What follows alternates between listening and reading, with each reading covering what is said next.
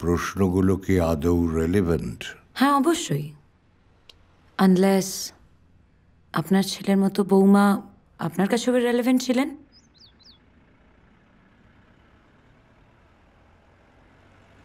ইন্দ্রাশিস আর সোনালির জোর করে বিয়ে দেওয়াটা আমার উচিত হয়নি।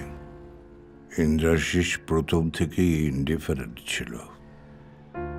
সোনালি প্রথম দিকে অনেক চেষ্টা করেছিল, কিন্তু যেদিন ও প্রথম সব জানতে পারল সেদিন থেকেই বোধহয় ওর ওই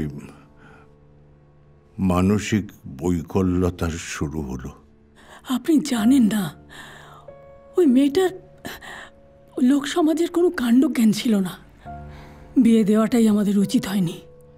ও সঙ্গে করে আমাদের বাড়িতে এনেছিল প্যারানয়া আর অ্যাবসলিউট ইনসিকিউরিটি।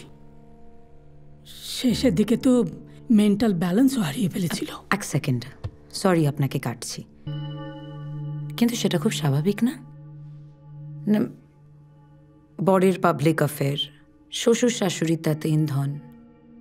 একটা দম বন্ধ করা বাড়িতে স্নেহ ছাড়া, ভালোবাসা ছাড়া 24 ঘন্টা থাকতে হতো। তাতে তো যে কোনো মেয়ে পাগল হয়ে যেত। স্নেহ ছাড়া? আপনি জানেন না হোয়াট উই ডিড। ওকে ভালো রাখা সিদ্ধার্থর ধ্যান জ্ঞান হয়ে গেছিল। এই রে, এটা তো সেই গুটকা বেচে ক্যান্সার হাসপাতাল বানানোর মতো কেস হয়ে গেল না ম্যাডাম? খোঁচা মারছেন? মারুন, কিন্তু আপনার কোনো আইডিয়া নেই সোনালীকে খুশি রাখার জন্য সিদ্ধার্থ কত কিছু করেছিল।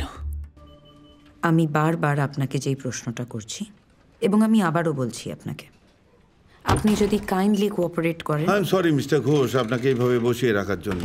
প্লিজ আমার চেম্বারে চলুন for a cup of coffee, please. So I am right you in the wait middle here of... Anita, you wait here, please.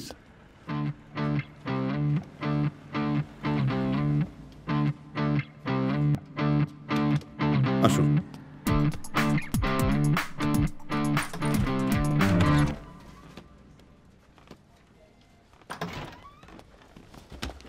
So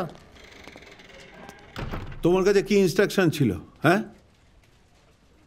sir, সোনালি মারা যাওয়ার আগে যে কথাগুলো ডক্টরকে বলে Shut গেছে। up. তোমাকে প্রথম দিন বলা হয়েছিল এটা একটা হাই প্রোফাইল কেস।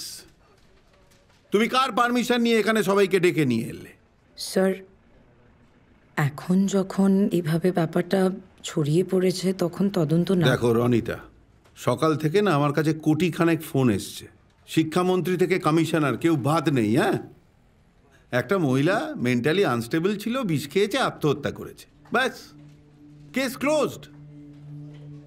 দেখো, ওই যে তোমাদের কি বলে না, ওই এই বধূ নির্যাতন, এসব অ্যাঙ্গেলের মধ্যে ঢুকিও না প্লিজ। Right sir. আরেকটা কথা Ronita, this is the last warning. আমাকে বাধ্য করো না তোমাকে এই কেসটা থেকে সরানোর জন্য। রেপুটেশনটা তো গেছে, এবার কেরিয়ারটাও গঙ্গার জলে ভেসে যাবে। ডিসকাস্টিং।